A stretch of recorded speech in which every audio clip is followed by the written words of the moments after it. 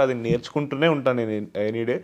నేను ఏ రోజైతే నేర్చుకోవడం అనేది ఆగిపోయిందో నేను ఆర్టిస్ట్గా చచ్చిపోయినట్టు. సో డెఫినెట్లీ నేను నా కెరియర్ ఎన్ని రోజులైతే బతుకున్నానో అప్పటి వరకు ఏదో ఒకటి నేర్చుకుంటూ ఉందామనే నా కోరిక. సో ఓవరాల్గా అయితే బాగానే నాకు అనిపించింది సార్. అన్ని ఈ స్క్రిప్ట్ పరంగా నేను బాగా చేశానని అనిపించింది. ఇంకా మీరు చూసి చెప్పాలి అది అంతే. అది చెప్తే డెఫినెట్గా నేను తీసుకోవడానికి రెడీగా ఉన్నా. బికాస్ నాకు అది నేర్చుకొని దాన్ని ఇంప్రూవ్ ఎలా చేయాలని నాకు ఆ తపన ఉంది. కాబట్టి ప్లీజ్ డెఫినెట్గా మీకు ఏమనిపించినా నిర్మోహమాటంగా చెప్పేసేయండి. అదే అంటే ఒక యాక్టర్కి నవరసాలు పలికించగలగాలంటారు కదా, అవన్నీ మీరు ఆల్రెడీ మీ ఫ్యామిలీ నుంచి మీకు వచ్చేసి ఉంటాయి సార్. సో మంచి ట్రైనర్స్ ఉన్నారు కాబట్టి మీ ఫ్యామిలీలోనే. సో అది మెయిన్ మనకి. అట్లాగే యాక్షన్లు చేయగలుగుతున్నామా లేదా డాన్సులు చేయగలుగుతున్నామా, ఒక హీరోకి కావాల్సినటువంటి బేసిక్ థింగ్స్ అనుకుంటాం. సో ఇవన్నీ కూడా ఫస్ట్ సినిమాలో బాగానే చేశాడు అని ఇప్పటికే, అంటే సినిమా రిలీజ్ కాకముందే ఆ పేరు అయితే వచ్చింది.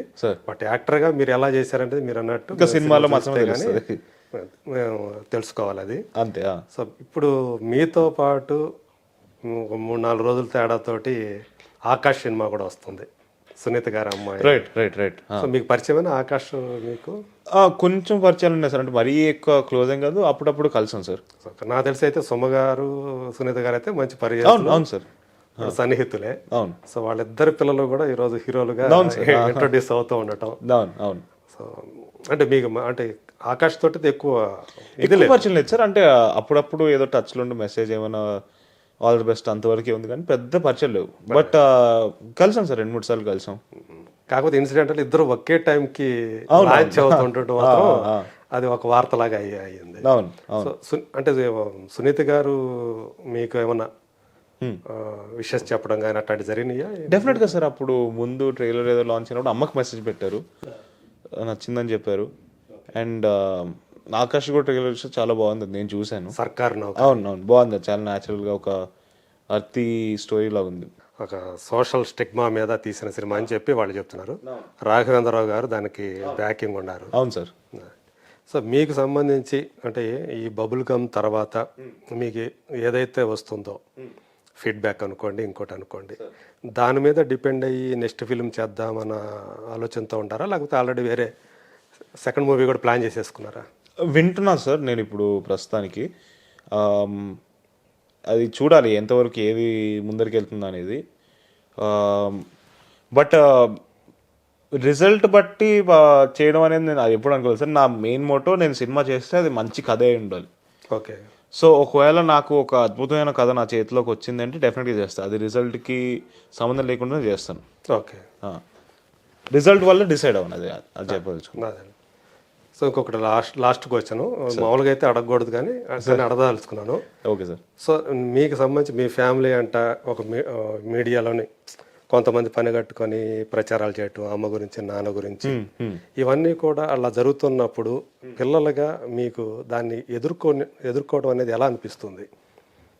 వార్తలు చదువుతున్నప్పుడు సో అమ్మా నాన్న విడిపోతున్నారంట, విడాకులు తీసుకుంటున్నారంట, ఈ వార్తలన్నీ ఒక సైడ్ వస్తూ ఉంటే అటు అమ్మ గాని ఇటు నాన్న గాని వాడికి సంజాషి కాదు, మేమంతా కలిసే ఉండాము అంటే నాకంటే తెలుసు, నాకు ఎగ్జాక్ట్లీ తన స్నేహితుడిని కాబట్టి నాకేం జరుగుతుంది ఏంటి, నాన్నప్పుడు ఎందుకు తాతయ్యకి ఆరోగ్యం సరిగా లేకపోతే అక్కడ ఉండాల్సి రావటం ఇవన్నీ నాకు తెలుసు కాబట్టి ఓకే. నేను ఇద్దరు విడివిడిగా ఉంటున్నారు, ఇలాంటి వార్తలన్నీ చూసేటప్పుడు మీకేమనిపించేది? అంటే నాకు నవ్వొచ్చేది సార్. ఎందుకంటే ఇలా ఫోన్లో చూస్తాను, నేను వీళ్ళని అడుగుతాను ఏంటి మీరు ఏమైనా ఇలా అవుతుందంటే ఏం లేదు, నీకేంటి అంటే వాళ్ళకి తెలియదు, నాకు తెలియదు, వీళ్ళు ఎలా రాస్తున్నారు నాకు అస్సలు తెలియదు.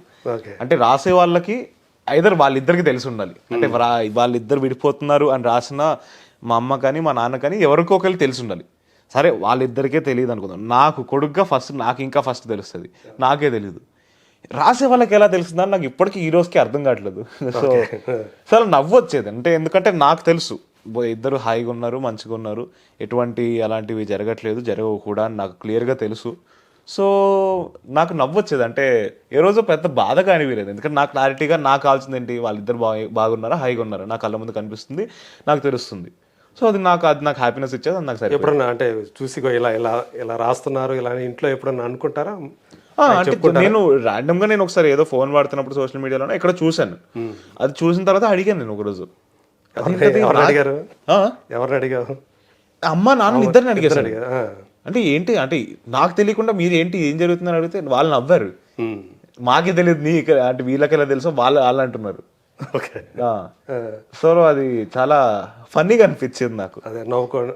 ఆ, అది అంటే కాన్స్టెంట్ గా ఒక పీరియడ్ అంతా కూడా అట్లాగే. అంటే ఫస్ట్ టైం చూసినప్పుడు షాక్ అనిపించింది, ఎందుకంటే అప్పటికి వాళ్ళని అడగలేదు కాబట్టి. అదే. ఫస్ట్ టైం ఇలా చూసినప్పుడు ఏంటి నిజంగానేనా అని నాకు అనిపించింది. తర్వాత వాళ్ళని అడిగిన తర్వాత నవ్వు వచ్చింది. ఇంకా తర్వాత అలవాటు అయిపోయింది. ఓకే. సో ఇప్పుడైతే అది ఒక పాస్ట్ ఇవన్నీ. సో అంటే మన ఒక సెలబ్రిటీల పబ్లిక్ ఫిగర్స్ లైఫ్ అన్నింటిలో కూడా ఇలాంటి ఫేస్ చేయాల్సి వస్తూ ఉంటాయి. సో ఇందాక మీరు ఒకటి అన్నారు కదా, నాకు సరిగ్గా చదువు మీద పెద్దగా ఎందుకు అంటే సార్ మా అమ్మ ఒక మాట చెప్పింది నాకు చిన్నప్పుడు. స్కూల్కి వెళ్తున్నప్పుడు, అరే మార్క్స్ ఇంపార్టెంట్ కాదురా, నువ్వు నేర్చుకునే నాలెడ్జ్ ఇంపార్టెంట్ అని చెప్పింది. ఫిక్స్ అయిపోయాను. అది మార్క్స్ ఇంపార్టెంట్ కాదు అని ఫిక్స్ అయిపోయాను. ఓకే. అండ్ అలాగే నాకు చిన్నప్పటి నుంచి కూడా యాక్టింగ్ పైన ఇంట్రెస్ట్ ఉండింది. నాకు ఎప్పటి నుంచో ఫిక్స్ అయింది అటు నేను చేస్తే యాక్టింగే చేస్తాను, ఇంకేం చేయను అని ఫిక్స్ అయిపోయాను. కాబట్టి పర్లేదు ఏదో ఒకటి చదువుదాం, పాస్ అయిపోయేంత వరకు చదువుకుంటే సరిపోతుంది. అంటే నేను ఎలాంటి అంటే బాగా చదువుకున్నా కూడా ఎగ్జామ్స్ రాయబోద్దు కాదు, ఫిక్స్ అయిపోయింది నేను. మార్క్స్ వేను కాదు. సో అలాగా అంటే మంచి స్టూడెంట్ వరకు చూసుకుంటే మంచి స్టూడెంటేనా, లేకపోతే డుమ్మాలు కొట్టేటట్టు ఉండేదా? డుమ్మాలు కొన్నిసార్లు అయ్యాయి సార్. సో అది కూడా జరిగింది. మంచి స్టూడెంట్ అయితే అనలేను, మంచి స్టూడెంట్. ఎక్కడ చదువుకున్నాడు? ఎందుకు రోషన్ ఎక్కడ చదువుకున్నాడు? నేను ఈ ఫస్ట్ డిపిఎస్లో జాయిన్ అయ్యాను సార్, తర్వాత శ్లోక అనే స్కూల్లో జాయిన్ అయ్యాను, తర్వాత ఓక్రిడ్జ్ అనే స్కూల్లో జాయిన్ అయ్యాను 11th 12th. దాని తర్వాత కళింగ యూనివర్సిటీ అని డిస్టెన్స్ ఎడ్యుకేషన్ చేశాను, కరెస్పాండెన్స్. ఓకే. అది అప్పుడు కోవిడ్ టైమ్స్ కూడా ఉన్నాయి, సో డిస్టెన్స్ ఎడ్యుకేషన్ ఆన్లైన్ దాంట్లో జరిగింది. ఓకే. అలాగా కంప్లీట్ డిగ్రీ వరకు ఎలాగోలా కొట్టుకుంటూ వచ్చి కంప్లీట్ చేస్తాను. సో మొత్తానికి డిగ్రీ హోల్డర్ అయితే. సో ఇప్పుడైతే ఫుల్ ఫోకస్ యాక్టింగ్. అంతే సార్. ఓకే. సో మీకు ఒక యాక్టర్గా కానివ్వండి, ఒక పర్సనాలిటీ పరంగా కానివ్వండి, రోల్ మోడల్ అంటే ఎవరన్నా? సార్ చాలామంది ఉన్నారు సార్, బట్ ప్రైమరీగా నాకు ఇన్స్పిరేషన్ ఇచ్చేది మా అమ్మ మా నాన్న. అంటే వాళ్ళని పడిన కష్టాలు నేను కళ్ళారా చూశాను. అంటే నాకు క్లోజెస్ట్ ప్రాక్సిమిటీలో వాళ్ళ అంటే జర్నీని చూశాను నేను. సో నాకు మా అమ్మ నాన్న, మా తాత, మా నాన్నమ్మ, వీళ్ళందరి జర్నీలు నేను అంటే నాకన్నా దగ్గరగా ఇంకెవరు చూసి ఉండకపోవచ్చు. సో ఈ నలుగురు కన్నా నాకు ఇంకెవరు దీనికి మించి ఇన్స్పిరేషన్ ఎవరు లేరు. డెఫినెట్గా చాలా మంది ఉన్నారు, బట్ ఈ నలుగురే సార్ నాకు మేజర్ ఇన్స్పిరేషన్. మీ ఇంట్లో వాళ్ళే? అవును సార్, మీ వాళ్ళే. అవును. అదే.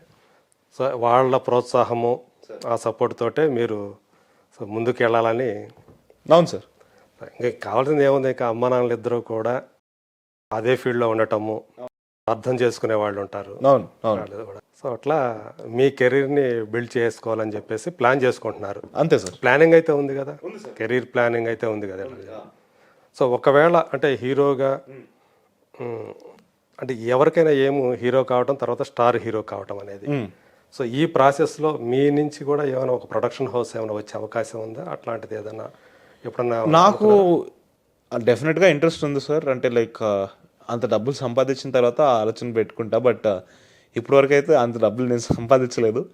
బట్ నాకు ఇంట్రెస్ట్ ఉంది సార్, ఎందుకంటే నాకు ఒక ఆపర్చునిటీని క్రియేట్ చేయాలని ఉంది జనాలకు కానీ, వేరే బయట నుంచి వచ్చే వాళ్ళకి కానీ, చాలా మందికి. అంటే ఇప్పుడు నాకు ఒక మనిషి ఒక మాట చెప్పాడు, privilege is the umbrella that you keep others you don't have the privilege for అని. సో ఆ అంబ్రెల్లాని అలా పట్టుకొని తీసుకెళ్ళాలని ఉంది. సో ఆ డబ్బులు సంపాదించిన తర్వాత డెఫినెట్గా నాకు కూడా ఒక ప్రొడక్షన్ హౌస్ పెట్టాలని కోరిక ఉంది. ఓకే. సో అది ఎప్పుడవుతుందో తెలియదు, కానీ ఆ ఐడియా అయితే ఉంది సార్.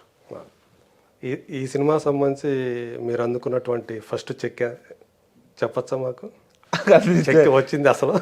అది లేకపోతే ఇంకా ఆ కోరికలు ఇంకా అందుకోలేదు సార్. నాకు ఫస్ట్ సినిమా అయితే వచ్చింది. సో ఆ మాటలు మాట్లాడకూడదు అనుకుంటా, చంపేస్తాను సార్. ఇది వదిలేసే. నిర్మలా కాన్వెంట్ అప్పుడు ఏమైనా ఇచ్చారా? ఇచ్చారు సార్, 10,000 ఇచ్చారు. 10,000 క్రికెట్ బ్యాట్ కొనుక్కోమని ఇచ్చారు. ఇంకా ఆ వయసుకి నాకు దానికన్నా ఎక్కువ సంతోషం ఏం లేదు. ఓకే. సో దానికన్నా అంటే అప్పుడు హ్యాపీగా అనిపించింది. అంతే కదా, ఫస్ట్ చెక్ తీసుకున్నాం యాక్టర్గా. ఓకే అనిపించింది. Thank you Roshan. Thank you so much. Bubble gum అనే సినిమా ఖచ్చితంగా మీకు హీరోగా ఒక మంచి లాంచ్ ప్యాడ్ అవ్వాలని చెప్పి థ్యాంక్ యూ సో మచ్ పూర్తిగా కోరుకుంటూ, so Raju and Suma Kanakala so వీళ్ళ కుమారుడిగా సార్ ఖచ్చితంగా సక్సెస్ కావాలని, సో వాళ్ళ ఆశయాలు కూడా వాళ్ళ ప్రోత్సాహాన్ని అందిపుచ్చుకొని మీరు సార్ ద హీరోగా అలాగే మంచి యాక్టర్గా ఎదగాలని పేరు తెచ్చుకొని మనస్ఫూర్తిగా కోరుకుంటూ thank you sir, thank you so much.